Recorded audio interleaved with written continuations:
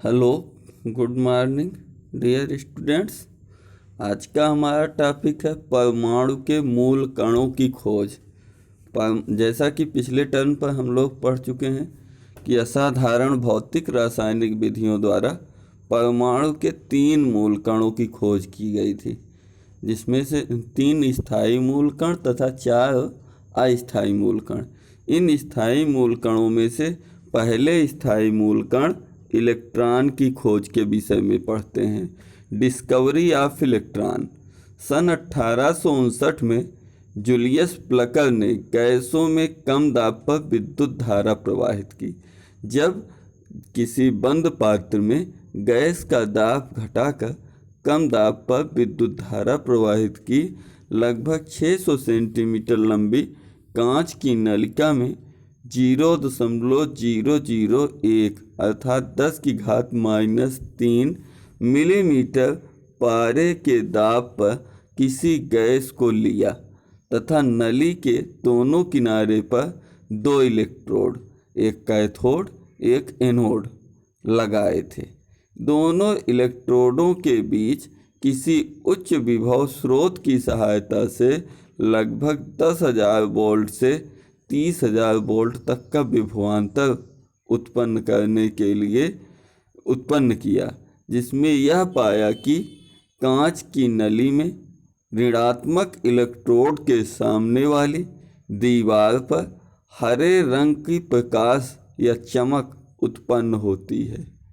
यह निष्कर्ष निकाला कि कैथोड से कुछ किरणें निकलकर सामने वाली दीवार पर पड़ती हैं और चमक उत्पन्न करती हैं, जिन्हें सर्वप्रथम सर जे टॉमसन ने कैथोड किरणें नाम दिया। यही कैथोड किरणें ही आगे जाकर इलेक्ट्रॉन कहलाई। यह चित्र में आपको दिखाया गया है कि ये आपका ये कैथोड है और दूसरी तरफ ये एनोड है। कैथोड ऋणावेशित सिरा है, एनोड धनावेशित सिरा है।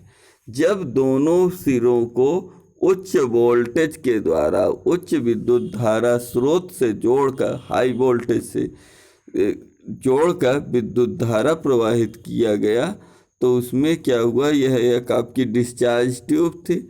इसमें विद्युत धारा प्रवाहित करने पर इससे क्या होता है कि किरणें डिस्चार्ज होती हैं, जिन्हें कैथोड किरणें कहा। और ये आपका क्या है, वैक्यूम पंप है, निर्वात पंप है, जिससे क्या किया कि इसके अंदर के सारे वायु को हटा लिया गया।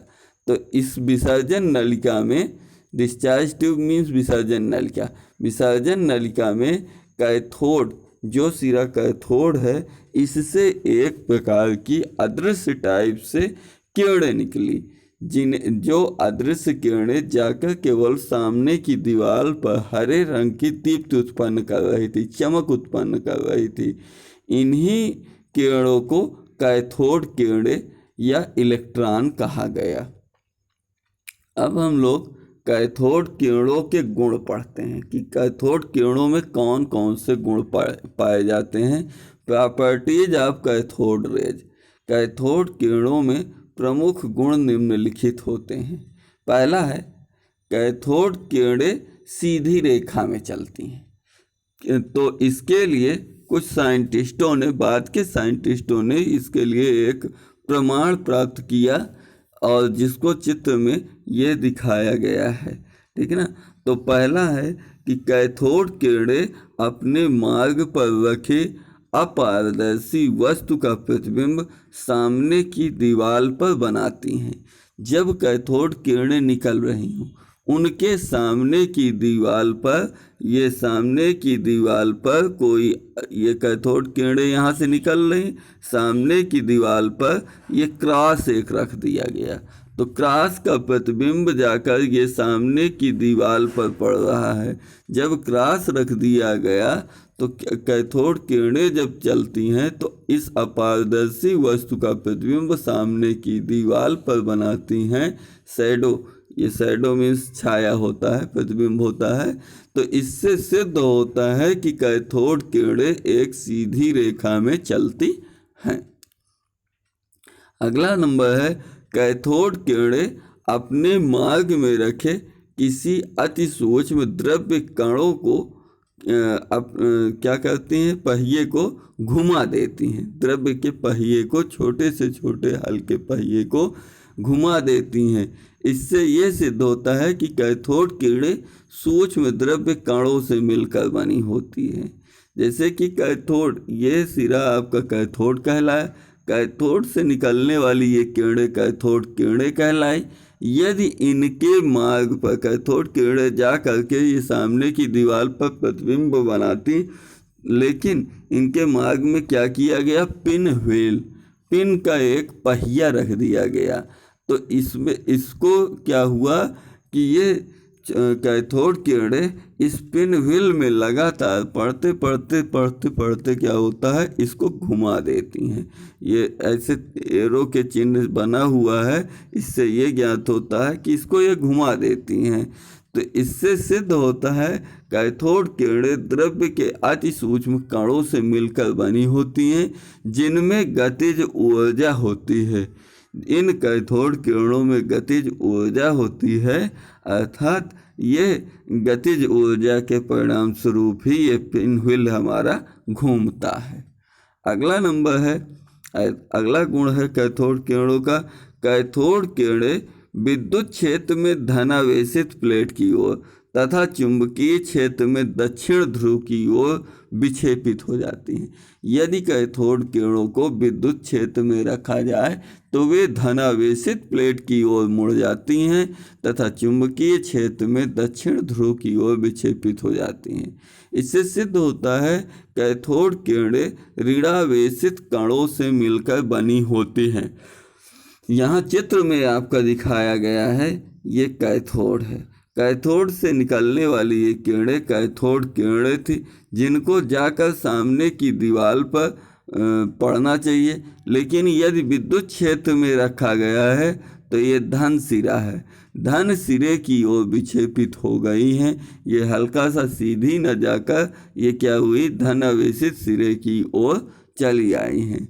और इसी तरह यदि चुंबकीय क्षेत्र में रख दिया जाए तो ये दक्षिण ध्रुव की ओर विक्षेपित हो जाती हैं। इससे सिद्ध होता है कि कैथोड किरणें विद्युत क्षेत्र में धनावेशित सिरे की ओर, जबकि चुंबकीय क्षेत्र में दक्षिण ध्रुव की ओर विक्षेपित हो जाती हैं। अब अगले नंबर है कि चौथा नंबर है, कैथोड किरणें कांच की नली की दीवार पर स्फुरदीप्ति माने होता है फ्लोरेसेंट उत्पन्न करती हैं। मतलब कि कैथोड नली की दीवार पर यदि ये लगातार पड़ती रहें और पड़ना बंद भी हो जाए तो उसके बाद भी इसमें कुछ न कुछ चमक उत्पन्न करने का गुण पाया जाता है। जैसे कि कोई सा बल्ब होता है कि जैसे जलता रहे, लाइट चली जाने के पश्चात भी एक 2 मिनट या आधा मिनट तक, कुछ सेकंड के लिए वो उसी तरह से हल्का हल्का चमकता रहता है। चमकने का यह गुण स्फुरदीप्ति कहलाता है। 5th नंबर है, कैथोड किरणें धातु की पतली पन्नी को भेद कर आर पार निकल जाती हैं। कैथोड किरणों में ये गुण पाया जाता है कि वे धातु की पतली पन्नी को भेद कर आर पार जा सकती है। 6वां नंबर है, कैथोड किरणें गैसों को आयनित कर देती हैं। 7वां है, कैथोड किरणें फोटोग्राफिक प्लेट को प्रभावित कर देती हैं, या इस प्रकार कहें कि फोटोग्राफिक प्लेट को ये काला कर देती हैं। जो फोटोग्राफिक प्लेट होती है उसको ये काले रंग की प्लेट में परिवर्तित कर देती हैं। 8वां नंबर है, उच्च गलनांक की धातुओं पर कैथोड किरणें डालने से यक्स किरण उत्पन्न होती है, यक्स किरणें उत्पन्न हो जाती हैं। और लास्ट नंबर है, धातु का प्लेट कैथोड किरणों के मार्ग में रखने पर ऋणावेशित हो जाती हैं। इस प्रकार से कैथोड किरणों का गुण यहाँ पर समाप्त होता है। इसके पश्चात हम लोग यहाँ पर एक प्रश्न देखते हैं, कभी कभी हमारे एग्जाम में आता है कि सिद्ध कीजिए, प्रश्न आप लोग लिख लीजिएगा। प्रश्न यहाँ पर, सिद्ध कीजिए कि कैथोड किरणें मूल कणों से मौलिक कैथोड किरणें या इलेक्ट्रॉन मूल कणों से अति सूक्ष्म कणों से मिलकर बनी होती हैं। तो इसका आंसर होगा, आंसर आपका यहाँ से स्टार्ट होता है। फिर से प्रश्न रिपीट कर रहा हूँ, सिद्ध कीजिए इलेक्ट्रॉन अति सूक्ष्म मौलिक कणों से मिलकर बनी होती है। इलेक्ट्रॉन सभी पदार्थों के मौलिक कण होते हैं। यह न केवल गैसों में विद्युत विसर्जन के प्रयोग द्वारा ज्ञात हुआ है, बल्कि अन्य कई प्रकार की घटनाओं द्वारा भी इसे सिद्ध किया जा सकता है। पहला उदाहरण है तापायनिक उत्सर्जन। कभी कभी हमारे एग्जाम में आता है कि तापायनिक उत्सर्जन क्या है। थर्मोआयनिक इमिशन इसको कहते हैं। जब किसी पदार्थ को उच्च ताप तथा कम दाब पर गर्म किया जाता है तो उससे इलेक्ट्रॉन बाहर निकलते हैं। इलेक्ट्रॉनों के बाहर निकलने की यह घटना तापायनिक उत्सर्जन कहलाती है। तापायनिक उत्सर्जन कहलाती है। और इसमें इलेक्ट्रॉन निकल रहे हैं, इससे सिद्ध होता है कि तापायनिक उत्सर्जन के लिए भी इलेक्ट्रॉन, जब तापायनिक उत्सर्जन होता है तो किसी पदार्थ का ही तापायनिक उत्सर्जन होता है, पदार्थ से ही इलेक्ट्रॉन निकलते हैं, अर्थात उस पदार्थ का मौलिक कण इलेक्ट्रॉन है। सेकंड है प्रकाश वैद्युत प्रभाव, फोटो इलेक्ट्रिक इफेक्ट। जब एक्स किरणें, गामा किरणें अथवा पराबैंगनी किरणें धातुओं से टकराती हैं तो इलेक्ट्रॉन इन धातुओं से बाहर निकलते हैं। इस घटना को, यानी इलेक्ट्रॉन के बाहर निकलने की घटना को प्रकाश वैद्युत प्रभाव कहते हैं, फोटो इलेक्ट्रिक इफेक्ट कहते हैं। और थर्ड है रेडियो एक्टिवता या radio activity. Radium, uranium, thorium आदि तत्व, ये कुछ ऐसे तत्व होते हैं जो एक प्रकार की स्वतः वेधी किरणों का उत्सर्जन करते हैं। इन किरणों को रेडियो एक्टिव किरणें तथा पदार्थों के इस गुण को रेडियो एक्टिवता कहते हैं। तथा ये 3 प्रकार की अल्फा, बीटा, गामा किरणें होती हैं। इस घटना को रेडियो एक्टिवता तथा इनमें बीटा किरणें जो होती हैं इलेक्ट्रॉनों से मिलकर के बनी होती है। बीटा किरणें ही इलेक्ट्रॉनों से मिलकर बनी होती हैं। जब बीटा किरणों का उत्सर्जन होता है तो इससे हम कह सकते हैं कि इलेक्ट्रॉन का उत्सर्जन हो रहा है, अर्थात रेडियो एक्टिवता की घटना से भी इलेक्ट्रॉन का उत्सर्जन होता है। और radio active substance, radio active पदार्थ का भी मौलिक कण आपका इलेक्ट्रॉन ही होता है। इन तीनों घटनाओं से सिद्ध होता है कि प्रकृति के समस्त मौलिक कणों का मूल घटक, मौलिक कण आपका इलेक्ट्रॉन ही है।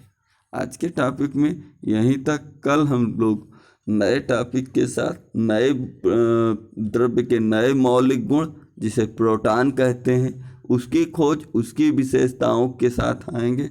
तब तक के लिए जय हिंद, वंदे मातरम।